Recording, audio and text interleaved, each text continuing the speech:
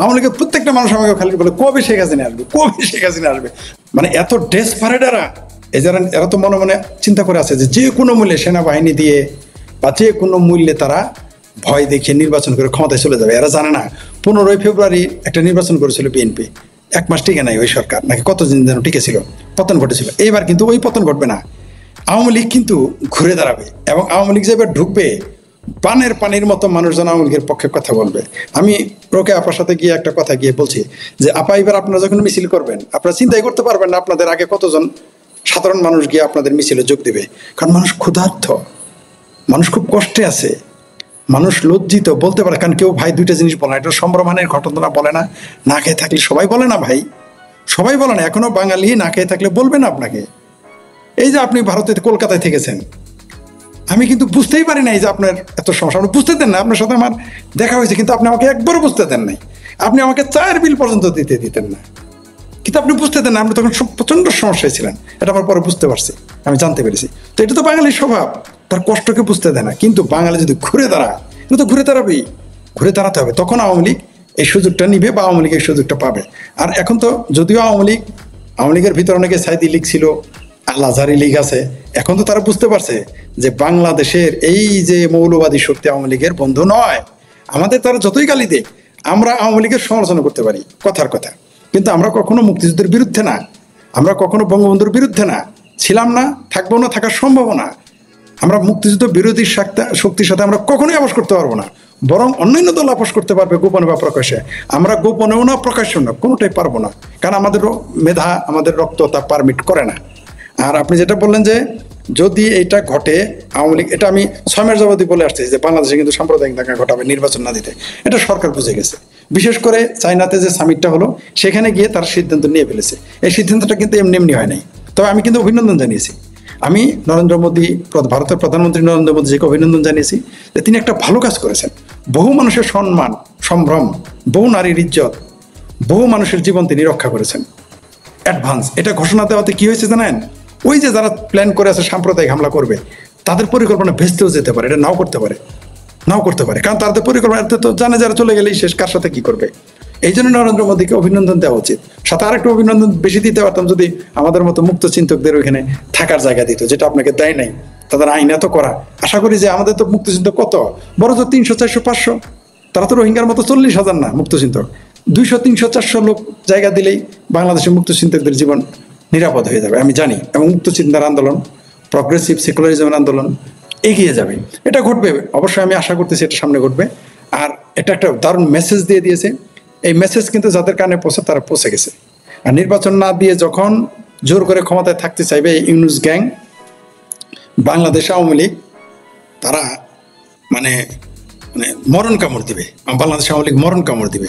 আর এখন যদি বাংলাদেশ আওয়ামী লীগ মাঠে নেমে যায় একবার, মনে করেন ভুলে নেমে গেল, যে ফ্লো সৃষ্টি হবে, যে বন্যা সৃষ্টি হবে, এই ঢেউ বাংলাদেশ সরকারের, ইউনুস সরকার কেন, ওর বাবার ক্ষমতা নেই ঠেকানোর, কারণ মানুষ অতিষ্ঠ। এই 16 বছরে আওয়ামী লীগ যা করেছে মানুষ সব ভুলে গিয়েছে, সব এভরিথিং সব ভুলে গেছে তারা। কিন্তু ইউনুসের যে কর্মকাণ্ড তারা বলতে পারতেছে না। তারা না খেয়ে আছে, সম্ভ্রমানি হচ্ছে, চাঁদাবাজি হচ্ছে, লুটতরাজ হচ্ছে। আগে মানুষের স্বাধীন, ঘরে ঘুমাতে পারে না, স্কুলে স্বাধীনভাবে যেতে পারে না, 3 বেলা ঠিক মতো খেতে পারে না। একজন সিএনজি আলা সাক্ষাৎকার আপনি শুনেন, সে কি বলছে? আমি আপনাদের যে 3 মাস 4 মাস আগেও বলতাম যে আমি বিভিন্ন পেশাজীবীর ফোন দেখো, ভাই আমাদের ইনকাম নাই, সিএনজি কে উঠবে? সিএনজি মনে করেন যে লোকটা জীবনে কোনোদিন লোকাল বাসে উঠে নাই, প্রাইভেট বাসে উঠে নাই, যে সিএনজি বা মোটরসাইকেল, বাইক, উবারে চলতো বা প্রাইভেট কার, সেই লোকটা এখন লোকাল বাস খুঁজে। মানেটা কি? আমি আমার এক লোকের চিনি, যিনি যার সন্তান কখনো প্রাইভেট কার ছাড়া চলতো না। সে কিন্তু আওয়ামী লীগ করে না, প্রাইভেট কার ছাড়া চলতো না। সেই লোক এখন রিক্সা যেতে ভয় পায়, এত টাকা পাবে কোথায়? সে গাড়ি গ্যারেজে রেখে দিয়েছে, কারণ হলো আসলে তো মানুষ ইনকাম নাই। তো এই মুহূর্তে যদি বাংলাদেশ আওয়ামী লীগ বিরোধী দল হিসেবে, আবারও বলি, আমি আমার এলাকার লোকদের বলতাম, জামালপুরের লোকদের, যে তোমরা যে আন্দোলন, যখন বিএনপি আওয়ামী লীগের বিরুদ্ধে আন্দোলন, তখন আমি বলতাম এই যে তোমরা যে আন্দোলন করতেছো, আওয়ামী লীগ যেদিন বিরোধী দলে যাবে, গাজীপুর থেকে শুরু করে এই আপনার ময়মনসিংহ, গফরগাঁও, জামালপুর, নুরন্দি, নান্দিনা, আমাদের সরিষাবাড়ি থেকে নিয়ে রেল লাইন তুলে যমুনা নদীর মধ্যে ফেলে দিবে, থাকবে না। এবং এটা কিন্তু ঘটবে। আওয়ামী লীগ যে কাজটা করবে, আমি বলে দিই আপনাকে, আমি বারবার বলেছি যে বৃহত্তর আন্দোলন শুরু হবে ময়মনসিংহ অঞ্চল থেকে। এটা অনেকে অস্বীকার করে, মানতে চায় না। কিন্তু আপনি দেখেন গাজীপুর থেকে রেল লাইন তোলা শুরু হবে, একেবারে গিয়ে আমাদের ওই যে একটা সিরাজগঞ্জের নদী, আমাদের বাড়ির সামনে যে নদী, যমুনা নদী, এই যে 220 কিলোমিটার, ওইখানে গিয়ে রেল লাইন তুলে ফেলে দেবে। এটা ঘটবে এবং আওয়ামী লীগের সেই সক্ষমতা আছে। আওয়ামী লীগ বিরোধী দল হিসেবে আসলেই ভালো, এবং বিরোধী দল থাকলে আওয়ামী লীগ ঐক্য থাকে। সরকারি দলে গেলে আওয়ামী লীগের মধ্যে ঐক্য থাকে না, গণতন্ত্রের কথা বলে না, সংবিধানের কথা বলে না ক্ষমতায় থাকলে। কিন্তু বিরোধী দলে থাকলে তার মনে থাকে। আর ঐক্যবদ্ধ আওয়ামী লীগ কিন্তু আসলেই শক্তিশালী, ভয়ঙ্কর শক্তিশালী। আওয়ামী লীগ যদি বাংলাদেশ আওয়ামী লীগ ঐক্যবদ্ধ হয়, আর নিশ্চিত এর সাথে এবার মুক্তিযুদ্ধের পক্ষের সকল শক্তি একযোগে যোগ দেবে, তখন আওয়ামী লীগ আরো ভয়ঙ্কর হয়ে উঠবে। আপনি দেখবেন এটা ঘটবে, সমূহ সম্ভাবনা। আর যদি তাও না ঘটতে পারে, যদি এই সরকার নির্বাচন না দেয়, জোর করে ক্ষমতায় থাকে, তাহলে 71-এর মতো ঘটনা ঘটে যেতে পারে। আবার সেই বিতরণ, আবার সেই প্রশিক্ষণ, আবার সেই যুদ্ধ। কারণ বাংলাদেশে এই মুহূর্তে এই বাংলাদেশে আর মুক্তিযুদ্ধের পক্ষ বিপক্ষ শক্তি সহাবস্থান প্রায় অসম্ভব, বলবো না সম্ভব, সম্ভব না। কিভাবে পারবেন নাসাদ সাহেব বলেন? যে লোকটা আমার সামনে বলতেছে বঙ্গবন্ধুকে এভাবে গালি দিতেছে, বঙ্গবন্ধু তো আমার রক্তের কিছু না, তাই না? আমি আওয়ামী লীগের কথা বলতে, যে লোকটা ডাহা মিথ্যা কথা বলতেছে, তারা দেখলাম কি আমি সহ্য করতে পারবো না। এই যে একটা ছাত্রলীগের এক ছেলের সাথে আমার পরিচয় হয়েছে, সে ছাত্রলীগ এখন যুবলীগ, সে বলছে তার মাকে লাথি মেরেছে আওয়ামী লীগ করার কারণে। আচ্ছা, এই ছেলেটা যখন ফিরে যাবে, তার সময় আসবে, তার সাথে কিভাবে ভাই আপনি সহাবস্থান? কি সম্ভব? সম্ভব না, নেবার। এই যে পাকিস্তান বাংলাদেশকে এখন পাকিস্তান বানানোর প্রচেষ্টা যারা চালাচ্ছে, এদেরকে কি আওয়ামী লীগ ছেড়ে দিবে? মুক্তিযুদ্ধের পক্ষ লোক ছেড়ে দিবে? অনেকে হয়তো ভাবে যে আওয়ামী লীগ গিয়ে আবার আগের মতো হয়ে যাবে। আমার কিন্তু তা মনে হচ্ছে না। কারণ একটা মানুষ এত বড় শিক্ষা পাওয়ার পরে সবচেয়ে ভিকটিম কিন্তু বড় ভিকটিম কিন্তু আওয়ামী লীগের লোকজন। আপনি খেয়াল করেন তো, আগে তো শুধু নির্বাচন শেষ হলে হিন্দুরা আক্রান্ত হতো, সংখ্যালঘুরা আক্রান্ত হতো। এখন দেখেন তো কারা আক্রান্ত হয়। এখন যে ছেলেটা মুসলমান, যে মেয়েটা মুসলমান, সেও তো আক্রান্ত হচ্ছে, সে ধর্ষিত হচ্ছে। একটা মুসলমান নারী তার ভাইকে বাঁচানোর জন্য, তার বাপকে বাঁচানোর জন্য, তার সন্তানকে বাঁচানোর জন্য সম্ভ্রম দিতে হচ্ছে, সম্ভ্রম বিসর্জন দিতে হচ্ছে এই ইনুস গ্যাংয়ের কাছে। অপ্রিয় হলো, এটা সত্য, এটা হচ্ছে। তো এই মানুষগুলো যখন ঘুরে দাঁড়াবে, এই মানুষগুলো তো আওয়ামী লীগের পক্ষেই থাকবে। আর বাংলাদেশ আওয়ামী লীগ তো এগুলো জানতেছে। আর আওয়ামী লীগ যদি বললাম যারা ঐক্যবদ্ধ যখন হবে, আর সংগঠিত থাকলে, এদের সামনে ট্যাঙ্ক কামান কিছু কুলোবে না। আপনি দেখতে পারবেন সামনে এটা ঘটবে, এবং সহসাই ঘটবে। সহসা বলতে এটা কালকে পরশু তা বলি নাই, যে কোনো সময় ঘটতে পারে। আর নরেন্দ্র মোদীজি এই গেমটা কিন্তু খেলে দিয়েছেন। নরেন্দ্র মোদী কিন্তু রঙের টেক্কা ছাড়েন না এখনো, কেবল রঙের মনে করেন যে গোলাম ছেড়ে দিয়েছে। তারপর রঙের সাহেব বিবি তো আছেই, সবে রঙের গোলাম ছেড়ে দিয়েছে। এরপরে দেখবেন ফুড চেইন কেটে দিবে, তারপরে দেখবেন আকাশপথ বন্ধ করে দিবে, তারপরে দেখবেন কূটনীতি, চাণক্য নীতি শুরু। বাংলাদেশের ব্যাপারে এখনো ভারত সরকার কোনো অ্যাকশন নিয়েছে বলে আমার জানা নাই। একটা অ্যাকশন নিল, সেটা হলো এই যে সংখ্যালঘুদের বিনা ভিসা পাসপোর্টে তাদের ইলিগাল ধরা হবে না, তাদেরকে গ্রেপ্তার করা হবে না, অপরাধী মনে করা হবে, অনুপ্রবেশকারী মনে করা হবে না। এই একটা কেবল তার ছেড়েছে, 52 কার্ডের একটা তার ছেড়েছে, এবং এটা নরেন্দ্র মোদী খেলবে। আর ভারত আপনি ভালো করেই জানেন যে তারা নিজেদের মধ্যে যত দ্বন্দ্ব থাকুক, পররাষ্ট্রনীতিতে নিজের দেশের এবং প্রত্যেকটা জেলায়, প্রত্যেকটা স্টেটে ডিটেনশন ক্যাম্প বানানোর নির্দেশনা এসেছে। ডিটেনশন ক্যাম্প মিনস তুমি যদি এনসিপি মামা যাও, তুমি ডিটেনশন ক্যাম্প, জেলেও তোমার রাখবে না। মানে জেলে অন্য অপরাধীদের সাথে থেকে তুমি মজ মস্তিতে থাকবা না, সকাল বিকেল পেছানি দেওয়ার, মানে ডিটেনশন ক্যাম্প খুব তারা রাজনৈতিকভাবে এটা অপব্যবহার না করুক, সেটাই আমার চাওয়া। এবার একটা শেষ প্রসঙ্গে একটু প্রশ্ন করতে চাই, সেটা হচ্ছে যে আর 1 মাসও সময় নেই, প্রায় 25-26 দিন পরে এই উপত্যকার, মানে এই বাঙালিদেরই না বলে বাঙালিদেরই উৎসব, সবচেয়ে বড় উৎসব শারদীয় উৎসব, সেটাকে যদি হিন্দু বাঙালিরে বলি, তো সেই সবচেয়ে বড় ধর্মীয় উৎসব শারদীয় উৎসব, যেটাকে পশ্চিমবাংলার হিন্দু মুসলিম সবাই সম্মিলিতভাবে এটাকে উৎসবটিকে পালন করে। বাংলাদেশের ব্যাপারটা ভিন্ন, ইসলাম যায় এরকম একটা দিয়ে পূজা টুজা, কিন্তু বাংলাদেশে যেটা হয় হামলা হয়। তো এইবার কি মনে করেন আপনি, দুর্গাপূজা বাংলাদেশের হিন্দু ধর্মাবলম্বীরা ঠিকঠাক মতো করতে পারবেন? এইবার এটা একবার বদমাইশি করবে, জামাতেরা হেফাজতেরা না, বদমাইশি করবে। তারা কি করবে জানেন? দেখবেন মন্দির পাহারা দিবে। কাদের কাছ থেকে পাহারা দিবে? মুসলমানদের কাছ থেকে। মুসলমানরা মন্দির পাহারা দেয়। হ্যাঁ, মুসলমানদের কাছ থেকে পাহারা দিবে। তো মন্দির কি হিন্দু ভাঙবে? মুসলমানের কাছ থেকে পাহারা দিবে, কারণ তারা তো জানে তার ভাই চলে আসবে, যে ব্যক্তিটি পাহারা দিবে। তাহলে আমি একটা কথা বলি, আমি মন্দির পাহারা দিয়েছিলাম, সেটা হলো কত মন্দির, ওই যে বাবরি মসজিদ নিয়ে হামলা হলো কত 91 সালে না কত 92, আমার খেয়াল নাই এক্সাকশনটা। ওই যে বাবরি মসজিদ যে ভাঙা হলো, তখন আমরা মন্দির পাহারা দিতে গিয়েছিলাম, আমাদের এলাকার শিব মন্দির, 3টা মন্দির তো আমরা ভাগ করে নিয়েছিলাম, একদল ওই দিকে থাকবে, একদল এই দিকে। তা আমার আমার আমার ভাগে পড়েছিল শিব মন্দির পাহারা দেওয়া, জগন্নাথ মন্দির আরেকজন পাহারা দিয়েছিল, গাছ ছিল এখানে, আমরা দেখতাম। তা আমরা যখন মন্দির পাহারা দিতাম, দেখি যে আমগরেই পরিচিত লোকজনে আসতেছে মন্দির ভাঙার জন্য। তো আসলেই তো তাই, মন্দির ভাঙতে আসবে কে, আমরা তখন দৌড়াইতাম, চলে যেত। কারণ হিন্দুরা একটা ঘরে ছিল না, বাইরে ছিল না, সব ঘরে পালায় থাকতো, ভয়ে থাকতো, কোনো মন্দির তারা পাহারা দিত না, সুযোগ তাদের ছিল না, ভয়ে ততস্থ ছিল সেই 92 সাল। তো এইবার কি করবে জানেন, এরা দেখবে যে সামনে তো নির্বাচন ফেব্রুয়ারিতে, মানে তাদের কথায় যদি দেয়, তারা এটা পাহারা দিবে, বিভিন্ন ফতোয়া হাজির করবে। এখন ফতোয়া হাজির করে তারা যেমন ওই যে তালেবানরা এখন ফতোয়া দিছে না যে কাফেরদের কাছ থেকে সহযোগিতা নেওয়া এখন জায়েজ, কিন্তু যেই না বিপদ উদ্ধার হয়ে যাবে তখন বলবো কাফেরকে ঘৃণা করা আর কাফেরের পিছন থেকে কোপ মারা, এটা হলো ফরজ। এই ঠিক ওই কাজটাই করবে। এই মুহূর্তে বিতর্কিত অবস্থান থেকে সেভ পাওয়ার জন্য তারা দেখবেন শিবিরেরা, চরমনায়ের পীর, তারপরে যে হেফাজত, এরা দেখবেন মন্দির পাহারা দেওয়া শুরু করবে। ওই যে আর আগেও দেখছেন না, মন্দিরে গিয়ে কোরআনের আয়াত পাঠ করলো, দেখলেন না এদের ড্রামাগুলো এর আগে দেখলেন না, সেই ড্রামা শুরু করবে। কিন্তু যথারীতি সনাতনীদের ভীত সন্ত্রস্ত থাকবে। আপনি ইতিমধ্যে জানেন যে সনাতনীরা আগে বলছে না যে সনাতনীরা এক জমি 3 জনের কাছে বেছে, ওই যে তৃণমূলের আরেক ভণ্ড বলছে যে এক সনাতনী 3বার সাইন করে জমি বিক্রি করে। আপনাকে একটা অদ্ভুত তথ্য দেই, বর্তমানে কিন্তু সনাতনীদের জমি কেউ কিনতেছে না। আমার জানা মতো এই মুহূর্তে 20 জন সনাতনী ব্যক্তি আছে, একজনও জমি বিক্রি করতে পারেনি। তারা 1 বছর যাবত ট্রাই করতেছে, কেউ জমি কিনে ফ্রিতে পাবে, যেটা ফ্রিতে দখল করবে সেটাকে কেউ কিনবে আর কি টাকা দিয়ে। আশা আছে, এখন অর্ধেক দাম বলে, পরে তারা ফ্রিতে নিবে, কারণ জানে এদের খেতা তারাবে একদিন, এই প্ল্যান তো তারা করেই রাখছে। কিন্তু ওই যে জামালপুরের ভাষায় বলি, অত নালি আদেশের না। নরেন্দ্র মোদী যে কিন্তু মেসেজ দিয়ে দিয়েছে এই সনাতনীদের বা সংখ্যালঘুদের অনুপ্রবেশকারী হিসেবে জায়েজ করে দিয়ে, মেসেজ কিন্তু দিয়ে যাদের বোঝার সমাজদার কেলে ইশারা বি কাঁপিয়ে, এই দক্ষিণ এশিয়ায় খেলা কিন্তু গেমটা কিন্তু মানে নরেন্দ্র মোদী গেম শুরু করে দিয়েছে। নরেন্দ্র মোদী না তো, ভারত সরকার গেম শুরু করে দিয়েছে। এই গেমে বাংলাদেশ কিন্তু খুবই শিশু। ভারত যখন তার কূটনৈতিক চাল দেওয়া শুরু করবে, বাংলাদেশ একেবারেই তার সামনে একটা শিশু খেলোয়াড়। কারণ ভারত এখন আমেরিকার সাথে খেলে, মানে খেলে শব্দটা নিলাম, ভারত এখন চায়নার সাথে খেলে, রাশিয়ার সাথে খেলে, সেই বাংলাদেশ তার কাছে তো শিশু। কারণ এরা বাংলাদেশের মানুষজন এতই বোকা যে সে বলে যে দিল্লি দখল করবে কয়েকজন মোল্লা, যারা লিল্লা খাওয়া ছাড়া বাঁচতে পারে না, মানে লিল্লা না খেলে 7 দিন পরে না খায় থাকবে, সে দিল্লি দখল করতে চায়। আবার বাংলাদেশের রিটায়ার্ড মেজর যে ফজর নামাজ পড়ে, I am sorry to say, আমাকে ক্ষমা করবেন, খুব খারাপ ভাষা বলবো, যে এই ফজর নামাজ পড়ে কাজের মেয়ে, ফজর নামাজ পড়ার আগে কাজের মেয়ের, কম বয়সী কাজের মেয়ে দুধ টিপতে যায়, আবার ফজর নামাজ পড়ে এসে কাজের মেয়ে দুধ টিপতে ঘরে ঢুকে।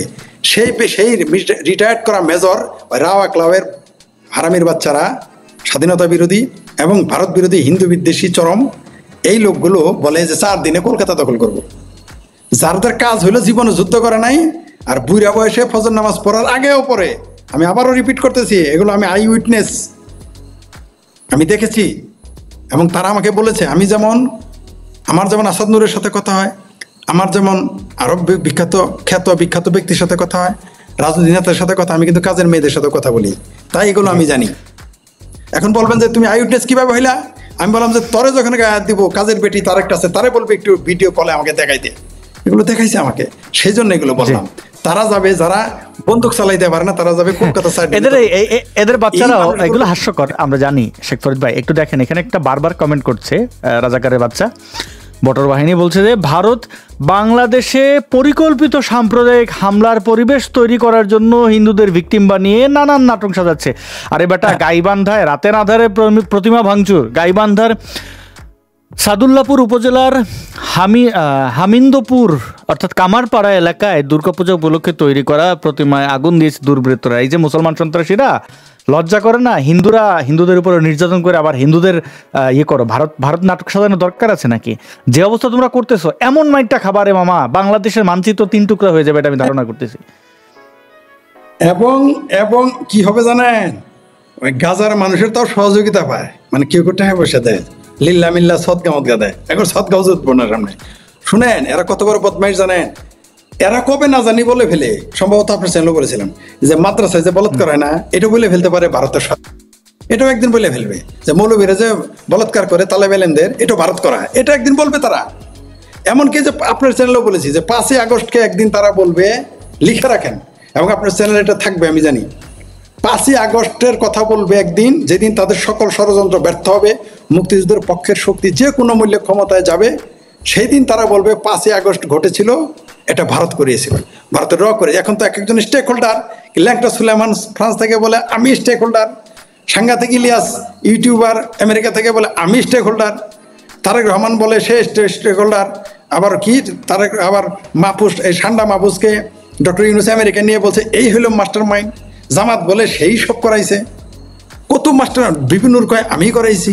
তো এইগুলো দেখবেন এই যে আমার বলি স্পষ্ট বলতেছি, আমি রিপিট করতেছি, যেই দিন এই 5 তারিখের জুলাই সন্ত্রাসীদের সকল আয়োজন ব্যর্থ হবে এবং আওয়ামী লীগ সহ মুক্তিযুদ্ধের পক্ষর শক্তি আবার ক্ষমতায় বসবে এবং যাবে তো বটেই, 2 দিন আগের পরে বাংলাদেশ আওয়ামী লীগ ক্ষমতায় যাবে, কারো বাবার ক্ষমতা নেই টাকাইতে পারে, কারো বাবার ক্ষমতা নেই, সেই দিন এরা বলবে 5ই আগস্ট ঘটিয়েছিল ভারত এবং তার প্রমাণ হিসেবে কি ধরবে, যে শেখ হাসিনা কিভাবে জীবিত করলো, তারা বাচ্চায় নিয়ে গেলো কেমনে, এই জন্য নিয়ে গেছিল, ঘটনা ঘটায় বাংলাদেশ যখন ভারত ঢুকে পড়বে না, তখন ভারত বাংলাদেশ দখল করার জন্য 5ই আগস্ট ঘটাইছিল, একে লিখে রাখেন, এটা বলবে।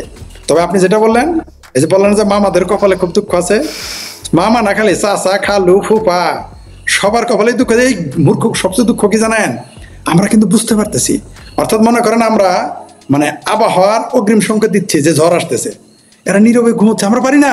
আমি জানি আপনি কানাডা আমেরিকাতে ঘুমোতে পারেন না দেশ নিয়ে, যেদিন ওরা 7 সিস্টার্স নিয়ে হুমকি দিছে, আমি ওই দিন থেকে আমি আমার দেশ নিয়ে চিন্তা, ওদের তো মানচিত্র গেলে কিছু যায় আসে না, ওরা তো শুধু দালালি করবে।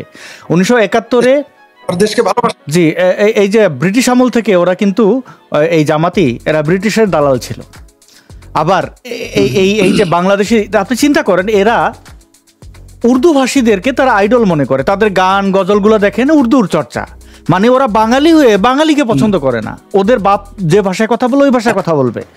এবং আপনি দেখেন এদের প্রত্যেকটা জায়গায় ওদের এই যে নামগুলো দেখেন, রাজাকার, আল বদর, আল শামস, কেন সূর্য চন্দ্র আর স্বেচ্ছাসেবী, এটা বাংলায় বললে অসুবিধা কি, তোর আল বদর আল শামস বানাইতেছে কেন, বাংলায় বিশ্বাস করস না। তো এই সেই রাজাকারের বাচ্চারা দেখেন আইসা বললো 7 সিস্টার্স ভেঙে ফেলবে, খেয়ে ফেলবে।